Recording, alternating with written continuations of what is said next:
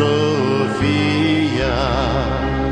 עוד לא עבדה תקוותנו, התקווה בת שנות 2000, להיות עם חופשי